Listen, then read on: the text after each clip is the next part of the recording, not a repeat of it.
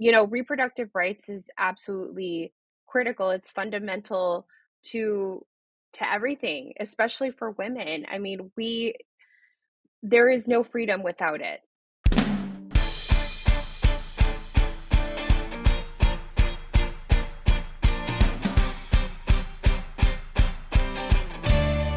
Hello, and welcome to the PoliticsGirl Podcast. I'm your host, Lee McGowan. Let's get into it.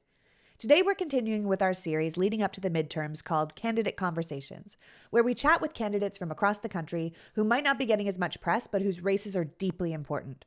Today's podcast will be split into individual conversations with two amazing Democratic candidates for Attorney General, Jen Rochelle from Georgia and Rachelle Garza from Texas. While they don't get the same attention as other races, the Attorney General is the state's top prosecutor and has the power to file lawsuits on behalf of the state. At its most simple, the Attorney General is the people's lawyer, meant to represent the public interest at the state level. But these amazing women are running against extreme anti-choice opponents in deeply anti-choice states at the moment where women and pregnant people's rights are being trampled around the country. Both states have a minimum 6-week abortion ban on the books, criminal penalties for women and doctors. Georgia has a personhood law for 6-week-old zygotes, and Texas has a stalk pregnant women to get cash bounty law. It's all appalling, and we clearly need brave, bold leaders who understand the hideous overreach of these laws fighting on the people's behalf. But the AGs also deal with voter protections, or in the Republicans' case, voter suppression. And we need to make sure that we are voting for top lawyers who will uphold the rights of the people, not strip their rights away. Both Jen and Rochelle are those lawyers, and both deserve our attention and assistance in getting the job. We start today with Jen Rochelle from Georgia. Jen grew up in a small town of Eastman, Georgia, with her single mother and sister. Her mom was a hairdresser, so after school she would go and sweep the floor and wash people's hair. A brilliant student, Jen earned a Hope Scholarship for college, where she supported herself by being a waitress. But it was when she went to law school that she found her true passion. Jen has been quoted saying, "The law is where everyone is supposed to be treated equally. The problem is, it doesn't often work that way."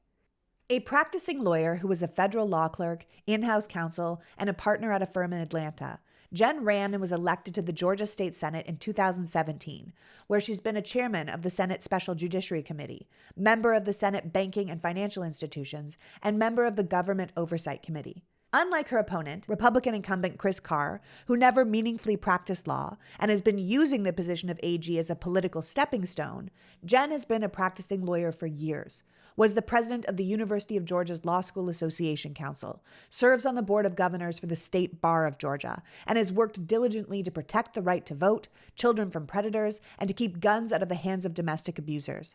And she personally took on a case that ended up shutting down a plant that was pouring carcinogenics into the air and poisoning Georgians. The front and center question for the AG of Georgia is whether they will hold up Georgia's new abortion ban, defending it in court, or if they will challenge the law. Carr has argued that the role of AG is to enforce states' laws regardless of personal opinion. Jordan believes the AG has the right to legally decline to defend state law if it is deemed to be unconstitutional. She says it's not her opinion, but her legal duty to decline to defend a law that violates the rights of the people in the state. Georgian voters will have to decide which top lawyer best represents their way of thinking.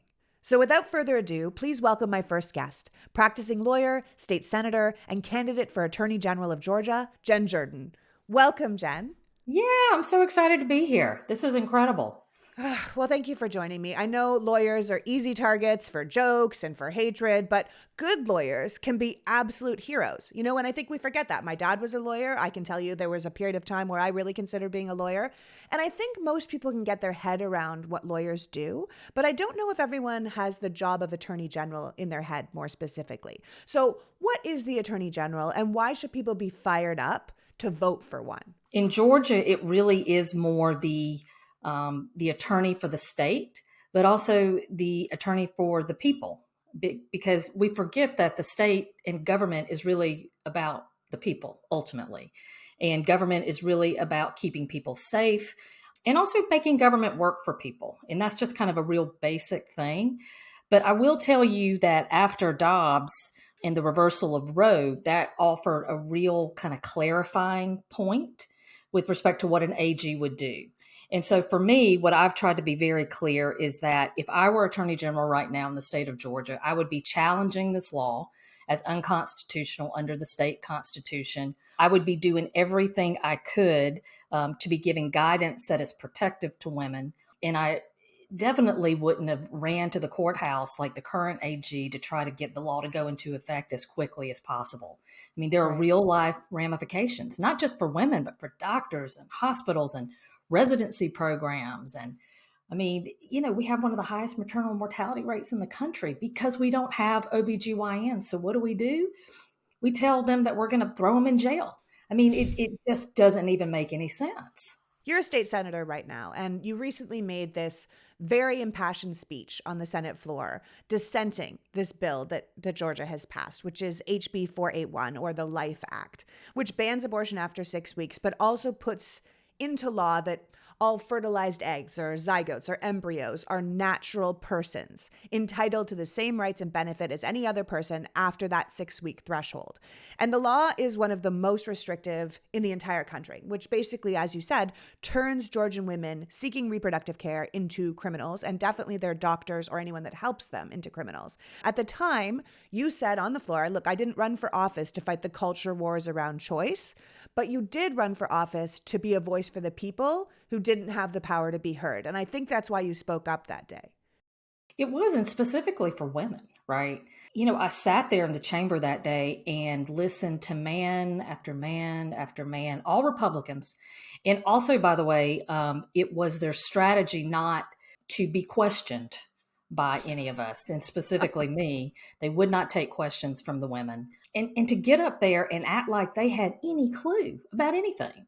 Look, I think one of the thing that kind of clarifies it the most is the fact that in law now is the word womb.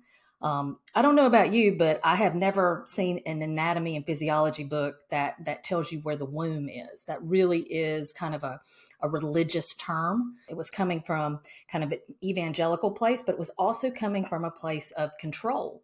And as a woman who lives in a woman's body and knows how difficult it is, and who's wanted children, who has lost children, who has had children, it's a lot, right? And women do not take any of these choices lightly. It's not like you're like, I'm going to go to Target and then go get an abortion. I mean, that's just not what this is about. But that's the way they acted. It was as if women just could not be trusted to make these decisions. And I'm like, but you're going to trust them to be the mothers that raise these children?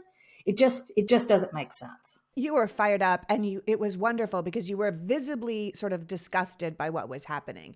And you were calling out the medical inconsistencies and lack of knowledge of the people that were pushing these ideas. It seems to be sort of a standard thing for Republican politicians now, this willingness to sort of disregard physicians and experts and to get the result that they want. And then this absolute, as you said, lack of respect and trust for women, the people that are actually going to live with these life consequences. At the end of the day, you pointed out that we're talking about life existing before medical viability, right? And You were saying that not only were the OBGYNs that were talking to these politicians ignored, the doctors were ignored. These doctors whose entire job is to bring healthy babies into the world, they were threatened. And they were told to stand down, and they were basically blackmailed. It's like, if you keep objecting to this, you might not get the funding you need for maternal care or for family planning or for rural birth centers. I mean, it's horrible what happened getting that bill passed in Georgia. And I think people really need to understand that if we are going to subject the doctors and the women and anyone who helps the women to criminal prosecution and imprisonment and, making them into pariahs in their own society, what are we doing? How is that the law? And certainly, how is that freedom, right? You said it so clearly. You said, each of you sits here in judgment of a situation you could never comprehend, and you're making these decisions about things you don't understand without listening to the people that are involved or the experts that know what they're talking about.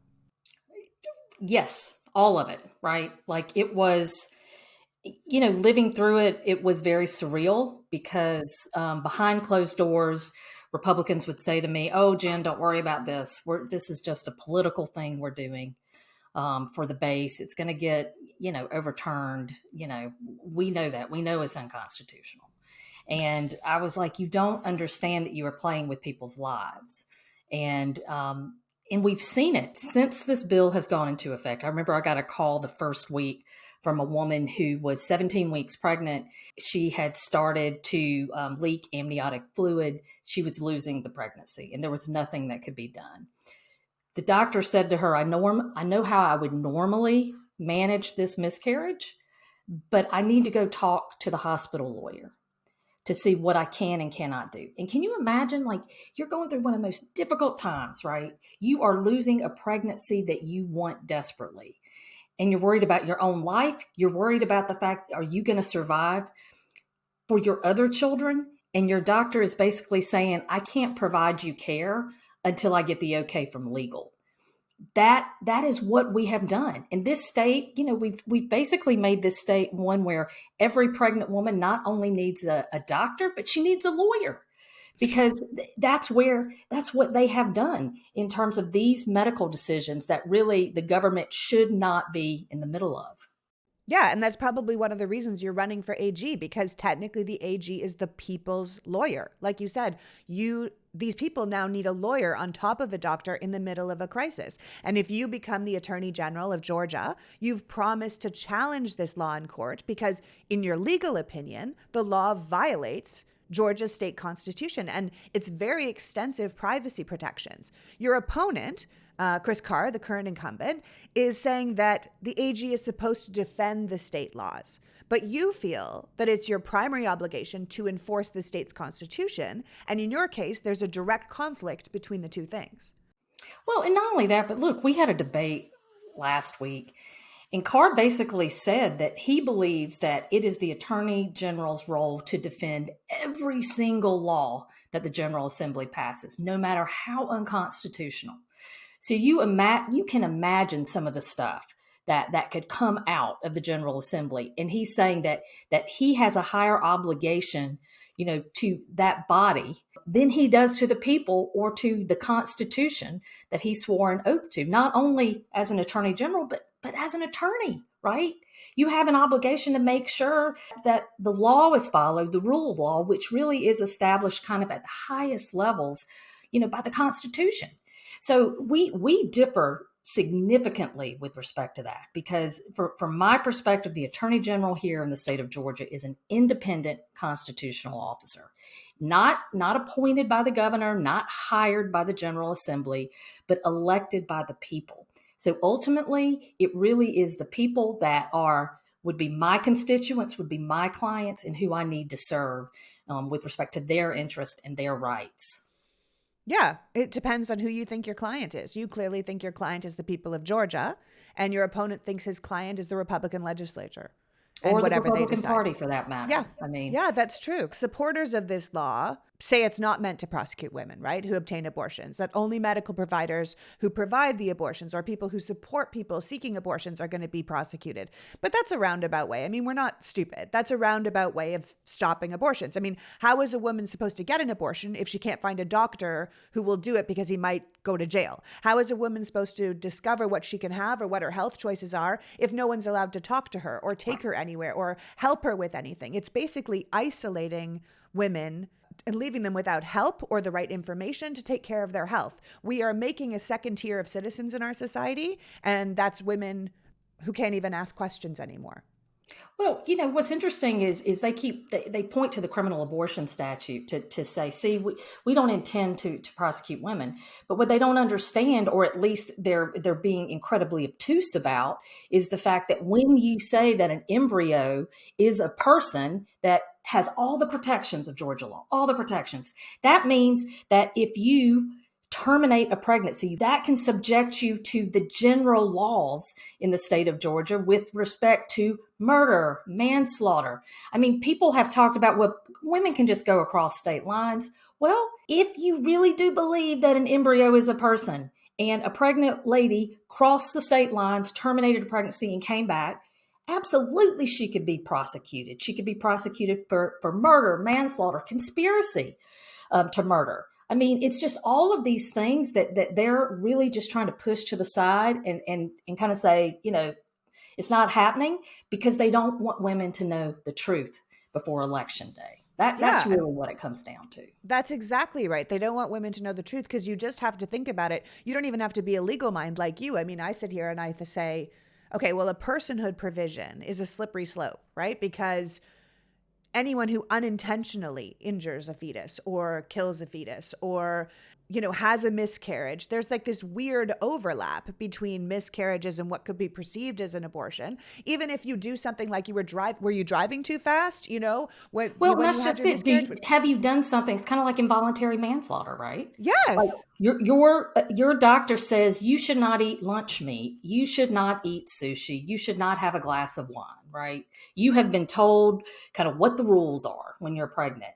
So let's say somebody sees you eating sushi and then a couple of weeks later you miscarry, right? I mean, can you be subject to prosecution at that point? And even apart from that, let's say the person who saw you eating sushi was a social worker, a nurse, someone who is subject to the mandatory reporter laws in the state of Georgia with respect to child abuse or child endangerment.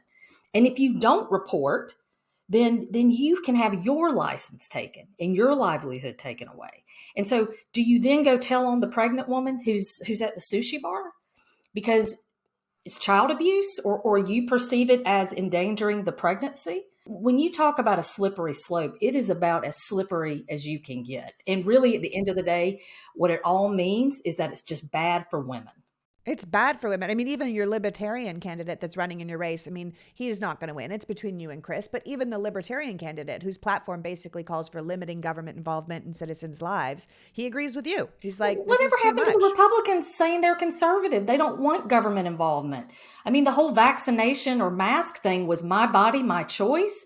We sure did. I guess if you're a man, it's your body, it's your choice. But when it comes to women, it's exactly the opposite. I mean, this is a government 100%. mandate, and this is so overreaching. And normally, we can talk about this and argue about this more kind of theoretically. But at the end of the day, these are real decisions on the ground being made every day by physicians that are really just trying to save the lives of women and provide them the care that they need so that they can have healthy pregnancies, so that they can have healthy children at the end of the day. And like you said, at the end of the day, it's not theoretical at all. This is real people dealing with real situations. Yeah. I mean, during that same really well-known speech that you made on the Senate floor, you said, it doesn't matter how many times you say something, it doesn't make it true. Right. It doesn't matter what you call this bill. If you call it the heartbeat bill, there isn't a heartbeat at 5.5 weeks. It's just not true. And we are living in these precarious times where people think if you just repeat something enough, it becomes the truth, but it doesn't. And I'm sure when you said that, you were talking about election deniers and people who are saying that, if we can just say enough times that the president isn't the president and that Donald Trump won the presidency, then it's going to be true. But that doesn't make it true. Just saying something doesn't make it true. And that is something else as an AG you're going to have to handle, right? Because especially prevalent in Georgia is this concept of who gets to vote, what votes count, all this kind of stuff that you as the AG would have to protect. Yeah, and look, the AG has jurisdiction over those cases too. Yeah. I mean, the current AG really has not done his job in so many ways. But really, the most important ways have been about protecting people's rights. I mean, it's real basic. And we can differ on different things, but at the end of the day, really, the most important thing is the right to vote, right? Because that's where all other rights kind of come out of. If we don't have the right to vote, then we really don't have anything at the end of the day. So so voting rights, I mean, just even offering guidance, right, to local election officials about what you can and cannot do, and mainly what you can't do in terms of turning people away. I think there's a real responsibility there. And I think there's a responsibility in terms of messaging and saying, this is true and this isn't, right? And let me tell you why, and walking people through it. Because people have got to start to trust government again. I mean, we've got to get back to that place, but we can't do that unless government works for everybody. And that ultimately is what I want to do in the AG's office, is really be the be the lawyer for all people, not some people, not just Republicans, not just men, but all people. And, I think the people of the state of Georgia deserve that. Yeah, the people of America deserve that. I mean, quite frankly, I'm always saying that we're not going to be able to talk certain people out of believing that the government can work. We're going to have to show You them. have to show them. Yeah. You And have that to show them. starts with electing people that are going to actually do the job correctly and not to their own service. I mean, Right. defending the rights of Georgians is actually the first issue on your website. It's the first thing you talk about because obviously Georgia's been ground zero for all the 2020 election shenanigans, from Trump calling for certain votes to Lindsey Graham calling, Brad Raffensperger turning them down. You've pointed out that Georgia responded to the 2020 election results with expanded voter suppression and, to make sure that we can deny people the access to vote and to keep Democrats from winning future elections. I mean, it's really clear what they're trying to do. You've said it's very clear what they're trying to do. Well, look, I was there. I mean, they said it. I mean, it's interesting because in the past, whenever there was some voting stuff around, they would try to act like it was about voter integrity or voting. They're going to make it easier, something. But literally, they weren't even pulling any punches. It was like, we lost. We don't want to lose again. And this is what we're going to do about it. And of course, it impacts, Black and brown voters the most. I mean, they went after the counties with the highest minority voter count in the state. I mean, it was crystal clear what they were doing. I mean, Brian Kemp is on tape. The governor is on tape saying that if more minorities vote, they lose, right? Which So is what true. do you think he's doing? I mean, he's running. What they're all doing. They're just trying to cook the books at the end of the day. And so that's why we've told people to get out early and vote, because really the real issues and the real problems were put into the absentee ballot application process. You've got to do this and that, all these little pitfalls, right? If you don't sign it exactly right, if you don't do this or the timing. And so we're like, look, if you can get out, just get out early, get out as quickly as you can, vote, and then you'll know if there's a problem. I mean, we had a young woman who was a student at Spelman who showed up to vote the other day, and they told her that she couldn't cast a regular ballot because her registration had been challenged. And she was like, what are you talking about? I'm challenged. She's like, who? What? I mean, it's that kind of stuff, right? And so we're telling people, get out early, just bank your vote. And look, there's an added benefit, which is politicians will stop bothering you, right? They'll stop texting you. They'll stop calling you, And it's why it's more essential than ever that the people are voting for Georgia officials that actually want to monitor the voting and take care of the voting and not sort of stretch the voting, which takes me to your opponent, right? I know why people should be voting for you over Chris Carr, but why don't you tell me why you believe you are better to be Georgia's attorney general than your opponent? Well, first of all, I've actually practiced law. I mean, there we go. That's a positive, right? Top lawyers should know how to be a lawyer. Right? I mean, I've been in court. I've tried cases. I know what it means to represent individuals. I also, I grew up in South Georgia, raised by a single mother who's a hairdresser. And my lived experience is so different than the guy who has the job now and is so much in touch with the people of this state. And I think that's it. I think a lot of the politicians, a lot of the elected leaders are just out of touch. They don't get it. They don't know what it means to walk in the shoes of these voters and what their life looks like every day. And so for me, the Attorney General's office could be such a force for good, right? Whether we're talking about rights or economic justice, environmental justice, or, going after people who are taking advantage of consumers, whatever it is, it really could be just a force for good in this state. It's what I've done for over 20 years as a lawyer. And, I can't wait to actually take it to the state level and be able to provide that type of service at that level to the people of this state. Yeah. I mean, like you said, the Attorney General is supposed to be independent of the governor, independent of the General Assembly. Right. Your opponent has been taking his marching orders from the moneyed special interests and the party leaders in Washington for forever. I mean, he clearly looks like he is trying to build a personal political power structure rather than be the Attorney General for Georgia, because ultimately you want the top lawyer in your state to be someone who's fighting for the people of your state, not just the people who have money or the people of power or the people of status. We can all see how that has served us as a country and as each individual state. Yeah. Well, look, this is what I say. The moneyed interests, they have lawyers. They can afford them. It's really the people, just the ordinary people, the voters, the senior citizens, the children, whomever it is. They're the ones that really need somebody to be able to kind of stand in the breach and stand up for them when things happen and when bad things happen. And I think what we've seen in Georgia in recent history, especially with the election stuff, I mean, Rudy Giuliani coming into our Capitol, with his little clown car, right? And try, he presents this legal case, right? That's live streamed on OAN, and it was crazy. And at the time I was like, this is so crazy. Like these legal theories, none of this makes sense. And then after we saw January 6th committee, and they come out and basically show what the scheme is, right? The overall scheme. And it was happening on the ground in Georgia, right? The fake electors trying to convince Pence that he could just do what he wanted in terms of certification. I mean, we had state senators flying up to have dinner with Pence the night before January 6th to try to tell him he could just do whatever he wanted.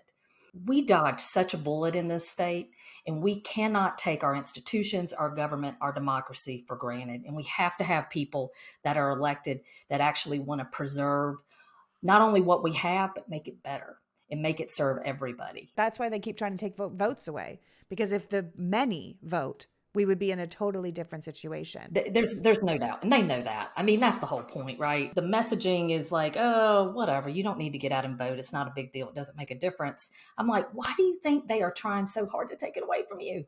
It's like your power. It's like the one power that we all have as citizens. I mean, the richest person in the world's vote, Elon Musk, if he's even registered, his vote counts just as much as the checkout person at Kroger does, right?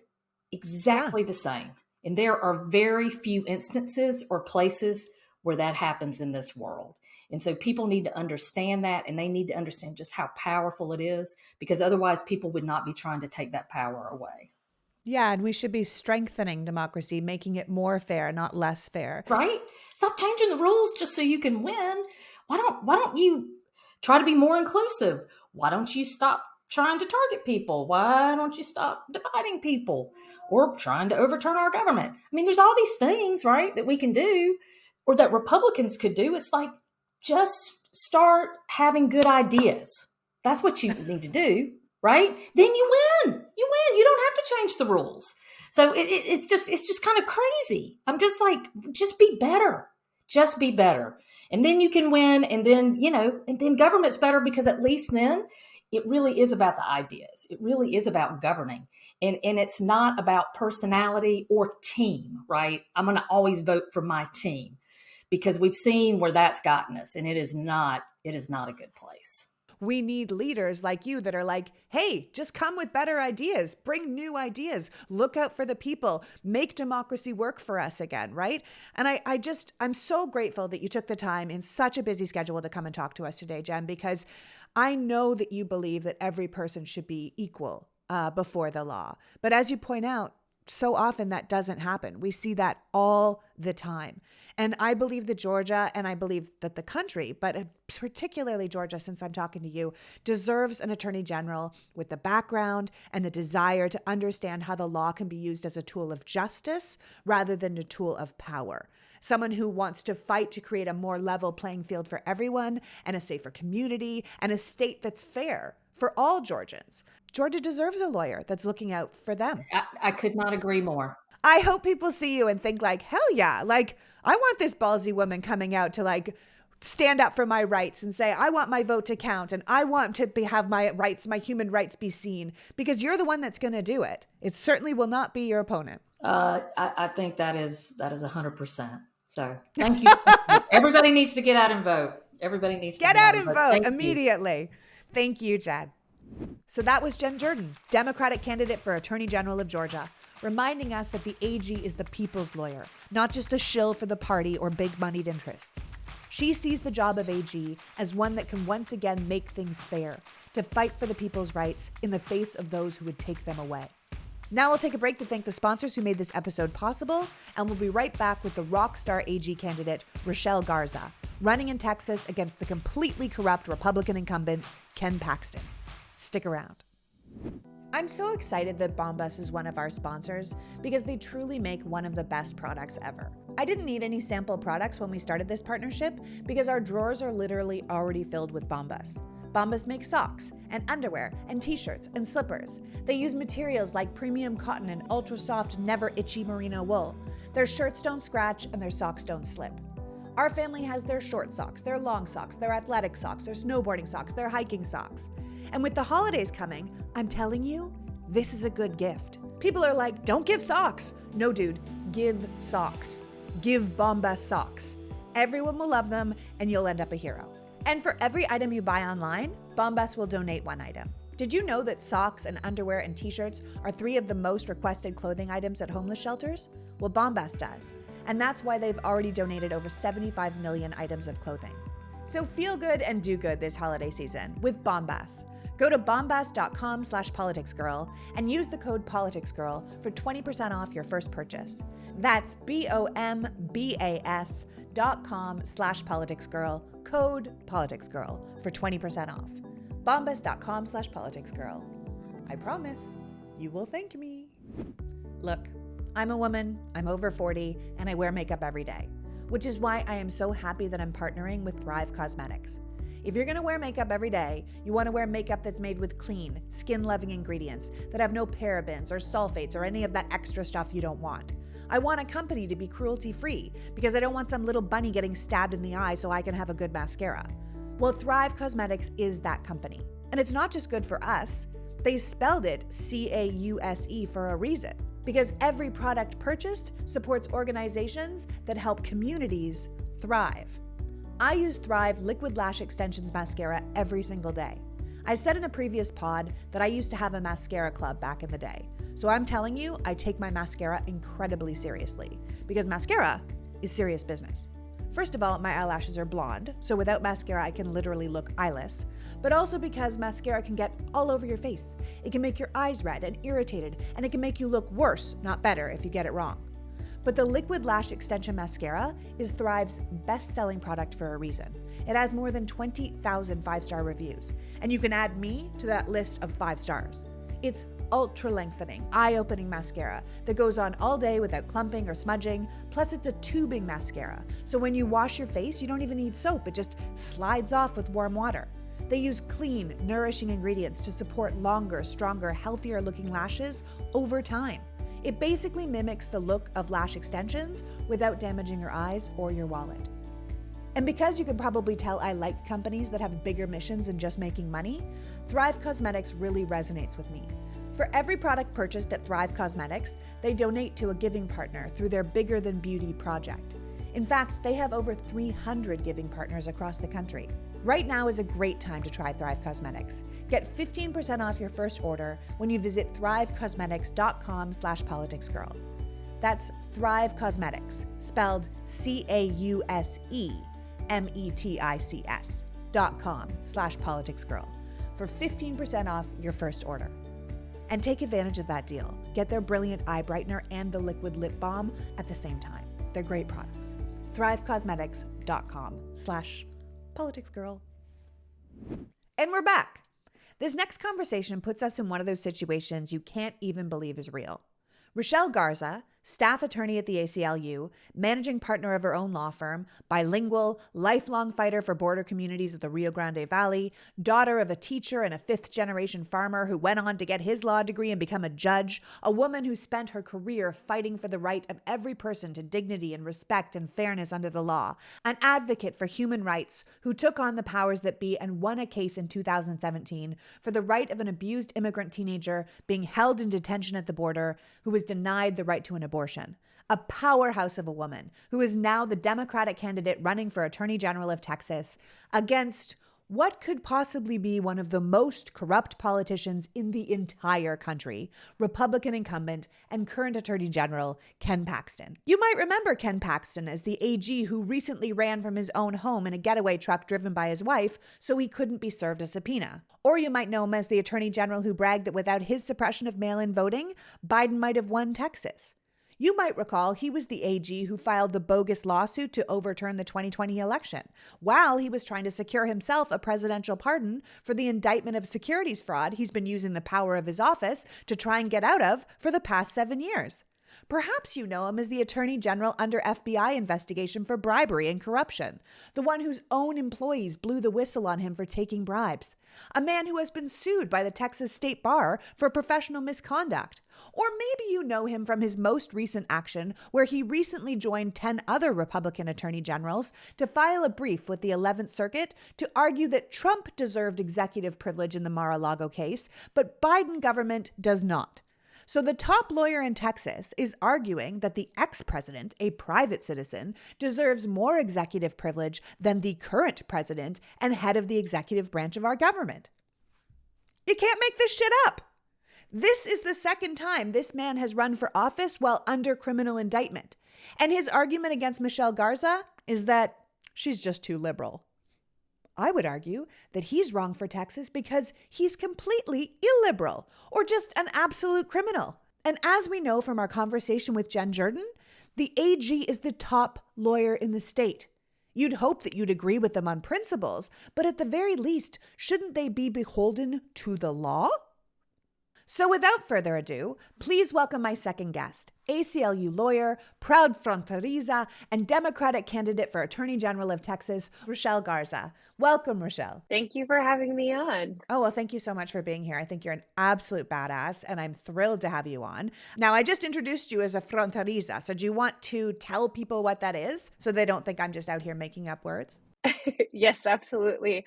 But first and foremost, I want to say that I am coming to you live from the Nueces County Democratic Party headquarters. They are knocking on doors and making sure that they're reaching voters across Nueces County in Corpus Christi, Texas. So, I'm from Brownsville. I grew up on the border with Mexico. Matamoros is the sister city. We call them sister cities. And really what that means, fronteriza means, it means somebody who was raised on the border, that grew up in a bicultural, binational, bilingual environment. That's who I am. That's where I come from. My family's been there for 5 generations. And I have a lot of memories of the region of crossing over to Matamoros with my dad to go get Topo Chico before it got imported into the United States.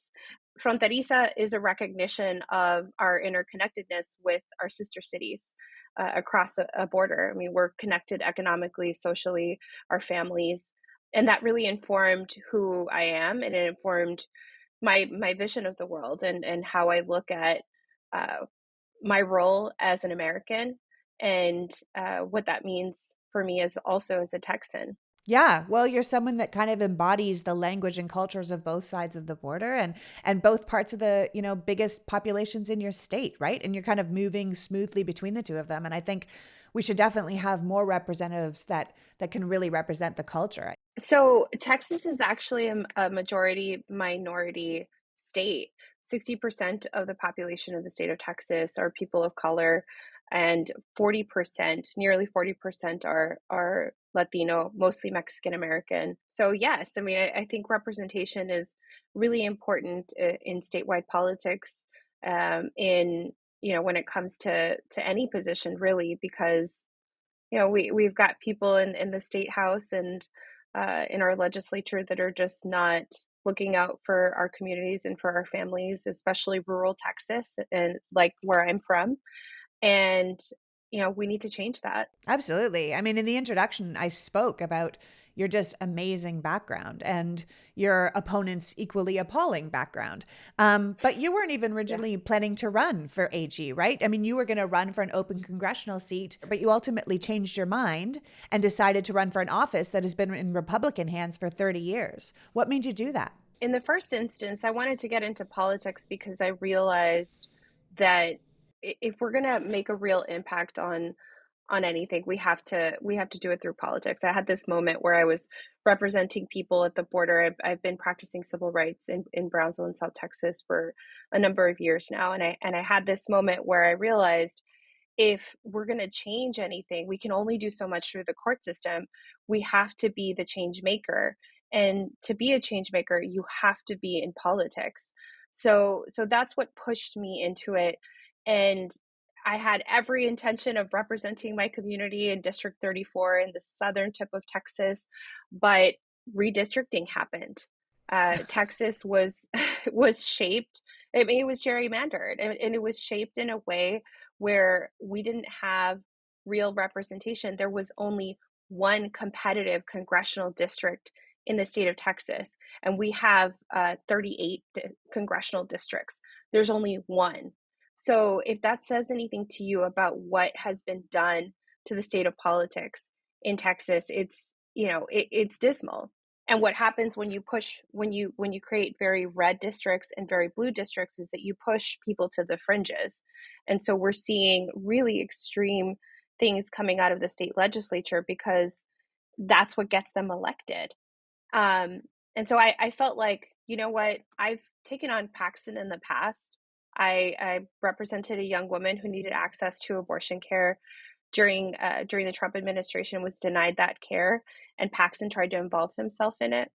So I've taken him on before, I've beat him before, and I felt ready to take him on in this capacity and make sure that we have real representation in this office that is looking out for our families and for our children. Because Ken Paxton is only looking out for himself. He's more worried about staying out of prison than he is about serving the interests of Texans. You and your opponent are just about opposite in everything you could be opposite in, right? I mean, from voting rights to human rights. The difference between the two of you as the state's top legal mind literally feels like the difference between good and evil. But I thought we would just go through a couple of your issues one by one so people know where you stand. Yeah, that's perfect. Okay, obviously we have to start with reproductive rights because, as you were saying, you really hit the national consciousness when you became an advocate for a woman who was just a teenager escaping abuse in her own country and seeking freedom in ours, right? Who found herself pregnant at a detention center at the border and sought the right to choose to end the pregnancy. But she was stopped, as you said, by the Trump administration. Ken Paxton, the Texas AG, got involved. I think even Brett Kavanaugh was involved because he was one of the judges who ruled originally on her case. That's right. Yeah, Brett Kavanaugh, it was the only abortion case he heard as an appellate judge. It was really his audition to get on to the Supreme Court of the United States. And it was in that decision that it became very clear to me that Brett Kavanaugh was going to vote to overturn Roe because his decision would have forced my client Jane to have a child against her will. He did not respect precedent. And I said as such when I testified against him during his confirmation hearings in 2018. You know, reproductive rights is absolutely critical. It's fundamental to everything, especially for women. I mean, there is no freedom without it, right? We have to have that ability to control our own future, our own destiny, to decide when or if we want to become a parent. And what we saw happen with the fall of Roe, essentially, you know, you have half of this country told that they are, you know, that they don't matter, that their rights don't matter. You know, I think a lot about Jane Doe. I've been thinking a lot about her throughout the course of this campaign because I talk a lot about her and I talk a lot about her case. I mean, she was someone that people in power didn't believe mattered. You know, Trump didn't believe she mattered. Ken Paxton didn't believe she mattered. Brett Kavanaugh didn't believe she mattered. And she showed them that she did. You know, she stood up for herself. Imagine being someone in a foreign nation. You don't speak the language. You're alone. You're a teen. You find out you're pregnant and you are not in the circumstances to become a parent. Imagine being her in that situation. And she still stood up for herself. And she was so, I mean, it was such an honor for me to represent her and to work alongside all of these other advocates and lawyers that stood up for her and made sure that she got the care she needed. And the fact that we were able to go even further and create the Garza notice that is given to teens across the country that they have a right to access abortion care, and that it's still in effect today, where teens, if they find themselves in custody in Texas, they are moved out of the state to enact their abortion decision in a state where they can. That's the power of this young woman that no one thought mattered. She changed everything for everyone else in her situation. And I see that in this race. I see that where we are in Texas, because there is a total ban on abortion in the state of Texas. There are no exceptions for rape or incest. It doesn't matter how young you are. And people are not receiving care until they are almost dying, until they are septic. And my opponent, Ken Paxton, litigated to stop doctors from providing life-saving care. He is right now challenging the federal government, the Biden administration, that is trying to provide care, some semblance of care, to women who need access to an abortion in an emergency room. So the stakes could not be higher in this election. And it's not just in Texas when it comes to reproductive rights. What happens in Texas impacts the entire country, because Ken Paxton can pick whatever court he wants in the state of Texas, take it to the Fifth Circuit, which is the most conservative court in the country, and take that to the Supreme Court. And he's got all the votes he needs there. So if he wants to challenge marriage equality, which he said he does, he can do it. So this is going to impact not just Texans, it's going to impact the entire country. We need to get him out of office. I could not agree more. And I want to make sure that we don't just breeze over the fact that this thing that exists, this called the Garza notice that you were mentioning, that's named after you. I mean, you say that this young, brave woman, and all credit to her for being strong enough to stand up against all of these men. But you were there with her. And I want people to know that you're not just a lawyer running for AG. You're a lawyer that stood up for this case against all of these people. Then you thought there was no question that this decision should belong to the woman, should belong to Jane Doe and not to these men. And with all the pushback you received, you did end up winning the case. And they named the Garza notice after you so that all teenagers have the right to access abortion free of obstruction, free of retaliation, because of the work you did. And I think people need to know that you're someone who walks the walk, that you are giving the credit to your client, and we should all do that. But I think you also deserve the credit as well. And like you said, you're sitting in Texas right now, which is, in your own words, under attack by politicians, passing some of the most radical and restrictive laws across the country. I mean, it's appalling. It's no abortion after 6 weeks, no exception for rape and incest. The mother has to be basically on death's door to provide an exception. And Ken Paxton is fighting that exception, which is ludicrous. And then, of course, you already had SB 8, right, which passed earlier this year, which is basically pitting against neighbor with $10,000 bounties on women who might have had abortions. I mean, Texas is an actual crisis when it comes to this issue. And Paxton himself has promised to do every single thing he can to, quote unquote, protect unborn children. And yet you're very clear that reproductive health care and access to abortion is a moral imperative. And it's also an issue of racial and economic and gender justice. And people have to remember that. I was just seeing a thing the other day where someone said, this is about the economy. And I thought, what do you think abortion is about? I mean, what do you do if you can't afford the amount of mouths at your table? What do you do if you have to quit your job because you're pregnant or you have another baby and you can't afford childcare? It is an economic issue. To try and separate abortion and economics is ludicrous because they are inextricably linked. Absolutely. And here's the thing. It's not only a human right, but it is an economic decision. It's an economic choice. And it's going to have really negative impacts. Taking this right away from people in Texas is going to have incredibly negative impacts, not just on our healthcare system, because we're seeing, I've traveled the state of Texas and I've spoken to physicians that are terrified because they are being criminalized. They could serve prison sentences of up to 99 years if they perform an abortion. And physicians, that's why they are erring on the side of waiting until a patient is on their deathbed before they intervene. And I've heard some really horrific stories. I won't repeat all of them, but just the things that these physicians are seeing, the amount of trauma that is being imposed on women in particular. and the financial burden. I mean, I'll just give one example. There was a physician I spoke with told me about a mother whose pregnancy was not viable. The brain did not develop and it was not viable. They didn't even feel like they could recommend abortion, right? And so the patient carried the fetus to term and then had a C-section. So I had a C-section with my daughter. I had a baby 7 months ago. And I would when I was told that by the physician, my mouth just dropped because it's major surgery, and to know that you are not taking home this baby that you grew and that you wanted and that you loved, it's just it's so horrific. But that kind of trauma is being imposed on people in the state of Texas, and physicians are going to start leaving the state because they are scared. And what's going to happen to the state of healthcare in the state? We're already one of the most dangerous places in the country to have a child. Half of rural Texas doesn't even have access to a gynecologist. So businesses are going to be the next to leave. And so it's going to impact us in a very big way, and we don't know the full ramifications quite yet.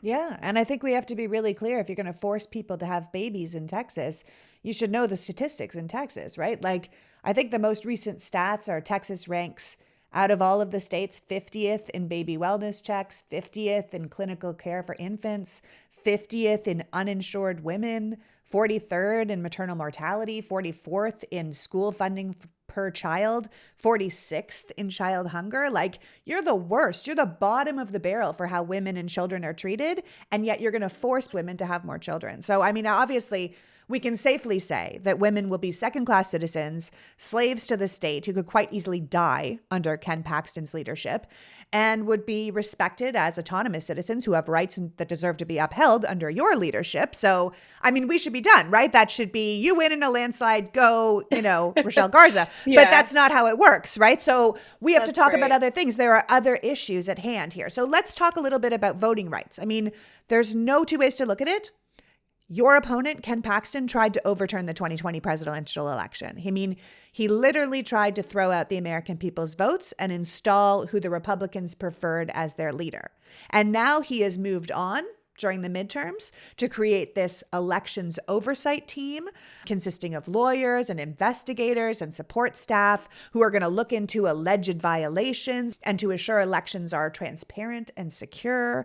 I mean, it's not even clear that the AG's office has the power to do that, but we have this man who's embroiled in like 100 scandals, and he's still out here trying to steal elections. Yeah.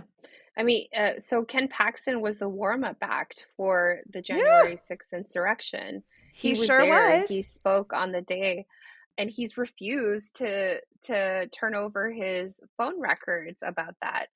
Look, Ken Paxton is incredibly dangerous for democracy, and the best example is what he's done with this quote unquote voter integrity unit, and how he has attacked the expansion of voter access in the state of Texas. So during the 2020 election, there were several counties that were trying to make sure that they could collect ballots, that people could come and drop off ballots at different locations, designated locations, especially in Harris County, and he sued to stop that. He is a huge threat to the ability for Texans to exercise their right to vote. We did see the passage of SB 1, which is the voter suppression bill, because that's what it is, that it impacts mail-in ballots. I mean, we're seeing people being disenfranchised in real time because the mail-in ballots are being rejected. Ken Paxton in particular has just been so bad on this issue. This is just wild to me, but when he saw how close I was in the polls to him, I've been consistently polling within 2 to 5 points of him. Back in August, when that first poll came out that I was within 2 points, that same week, he sent a letter to elections officials across the state telling them to open up the ballots to inspection, which is not legal. They're supposed to be held in confidence for 22 months under state and federal law. And so Ken Paxton telling these elections officials, you should just let anyone inspect them 24 hours after an election, he is literally telling people to commit a crime. So this is someone who doesn't believe in democracy, and I am concerned about what he's going to do on November 9th. And it's not just going to be our election, the election between him and myself, but it's going to be all of the elections that we're seeing in the state of Texas and beyond. That's horrifying. Honestly, I think the thing is that everyone can understand that election integrity is so important. But the fact of the matter is, voter fraud actually rarely happens. It's more of a story to motivate Republican voters and convince them that the elections aren't safe, and training them to think that there's some widespread pernicious problem. But in reality, it's not really an issue. It's just using the power of these offices, the power of Trump's presidency, the power of Ken Paxton's AG position, to continue to give validity to a lie that serves them, right? Because you've said if you get elected, you're going to dismantle Ken's election integrity unit, which is really nothing more than an enforcement mechanism for targeted voter suppression, as you said. And you're going to replace it with a voting rights unit, which would be under a fully funded civil rights division that you plan to open in the AG's office, right? Like, this is night and day difference. You've got someone who's literally breaking the law to try and steal your vote. And then you have you who's going to have a fully funded civil rights division for voter integrity. I feel like people really need to know the difference between the two of you. Yeah, absolutely. My vision for the voting rights unit is to make sure that we make it easier for people to vote that are eligible to vote. I mean, this always impacts people of color, people with disabilities, the elderly. That's whose vote is being suppressed by these laws. So we need to make sure that we address that we improve things where we can. And my vision is to do that through a fully funded civil rights division, as you mentioned, and making sure that we've got people that are mission driven and care about democracy in that office. Protecting civil rights feels essential. It feels essential, especially for Texas, because so many people's rights are abused and overlooked in your state. That's right. And using the powers of the office to investigate, to litigate when necessary, and hold people accountable. I mean, no one should be above the law, especially not the current attorney general. But we need to make sure we need to make sure that people have their civil rights respected. And I always say, like, look, if we don't respect one civil right, that means we don't really respect all the civil rights, because the Exactly. erosion of rights always begins with the most vulnerable and with the civil right that is least liked, right? Abortion rights in this case. So if you think that it's not going to affect you because you don't need an abortion, that's not the case here. No, it's just opening the door to taking away other civil rights, and eventually That's they'll right. get to you. Yeah. Yep. Now, of course, we can't talk about Texas without talking about the border, right? So, although immigration enforcement falls under federal jurisdiction, under the direction of Governor Greg Abbott and AG Ken Paxton, Texas has been engaged in just a ridiculous amount of unconstitutional and wasteful border enforcement efforts recently, right? Rather than trying to solve the issues surrounding our broken immigration system and the problems at the border, it's like these guys are actively trying to make the situation worse because, as usual, if you don't have any ideas, often the problem is worth more than the solution. Now, you're an immigration attorney and a border native, so you understand the complexities of the immigration system. You've litigated against bad policies like Remain in Mexico that created a humanitarian crisis at the border. And as Attorney General, I think you have plans to even stop Governor Abbott's border wall and Operation Lone Star. You want to tell me a little bit about that? Yeah. I mean, you hit the nail on the head. I am someone that understands the complexities of immigration law and the border. As a border native and as somebody who has been practicing immigration law and civil rights law on the border, the Republicans always make a thing of the border around election time. And the thing is, our border Yeah, they didn't communities, have Ebola this year to hit, so we're back at the border. yeah, and our border communities are really rich places, like culturally speaking, but we do have a lot of poverty in these regions. 38% poverty rate is what Cameron County has. That's the county that I'm from. I think that what we're seeing our state government do is it's a political stunt.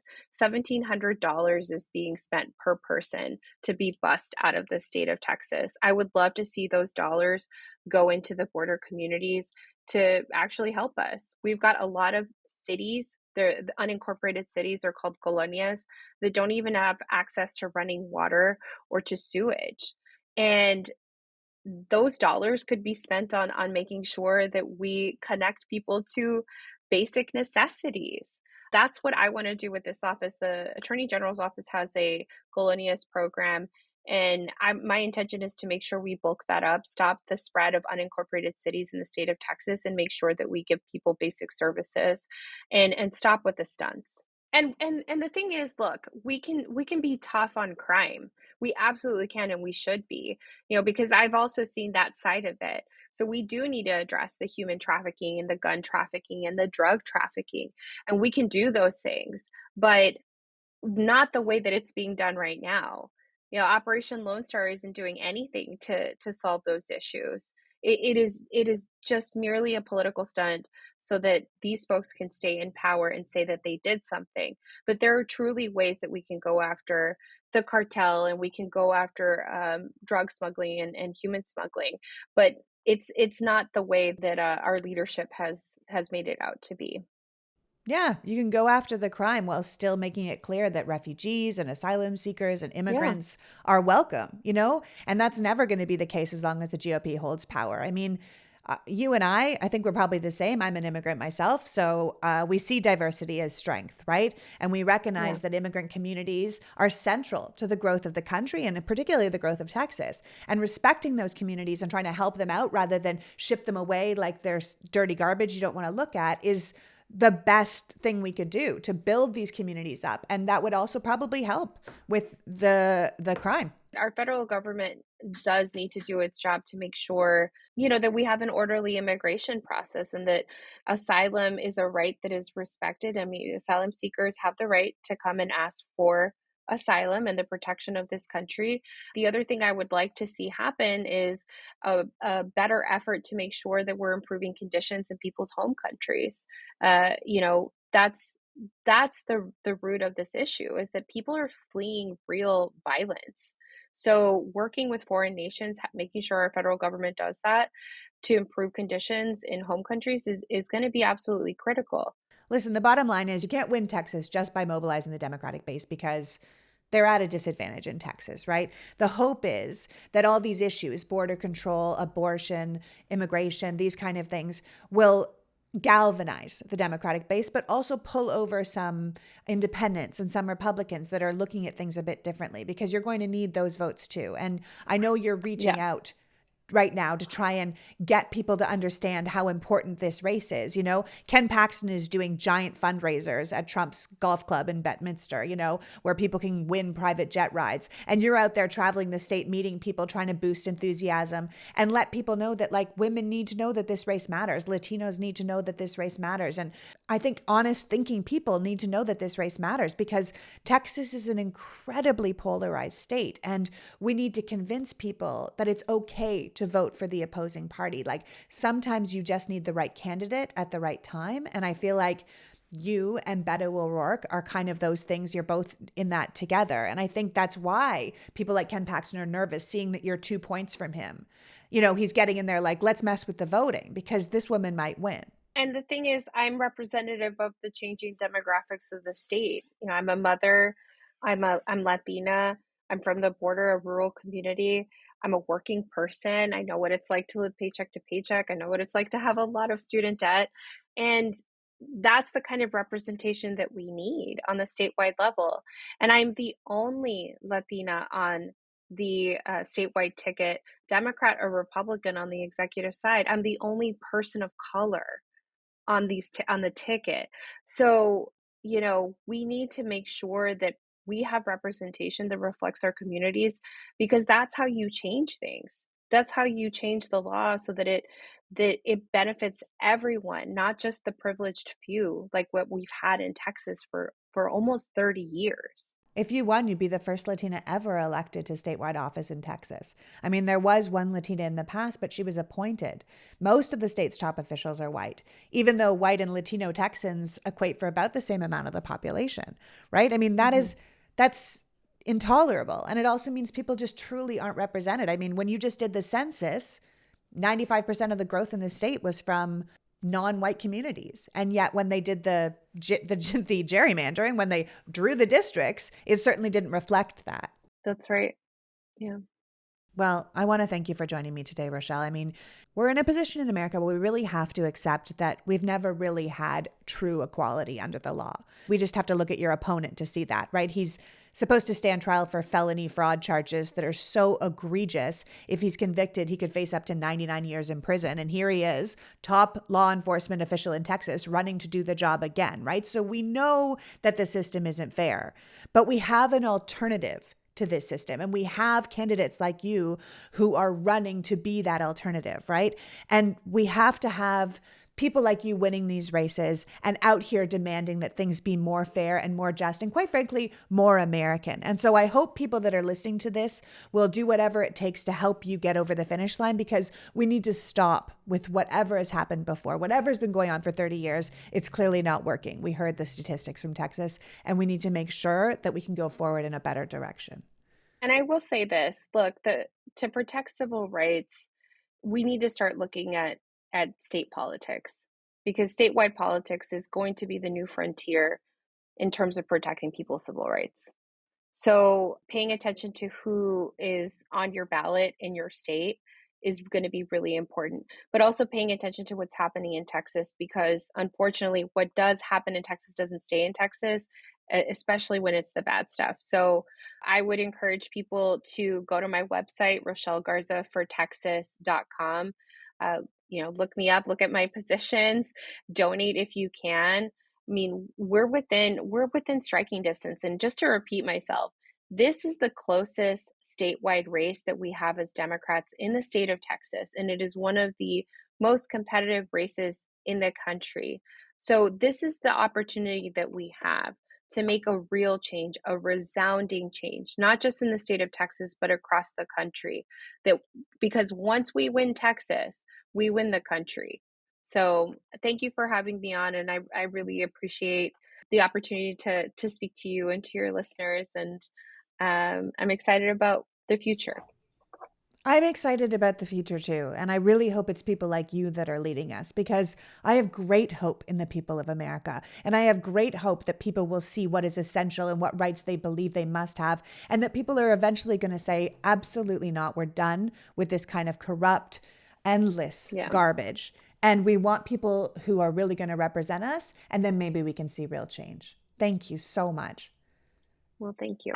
So that was Rachelle Garza, Democratic candidate for Attorney General of Texas, and just the environmentally safe professional grade solution to clean up Ken Paxton's toxic black mold of leadership.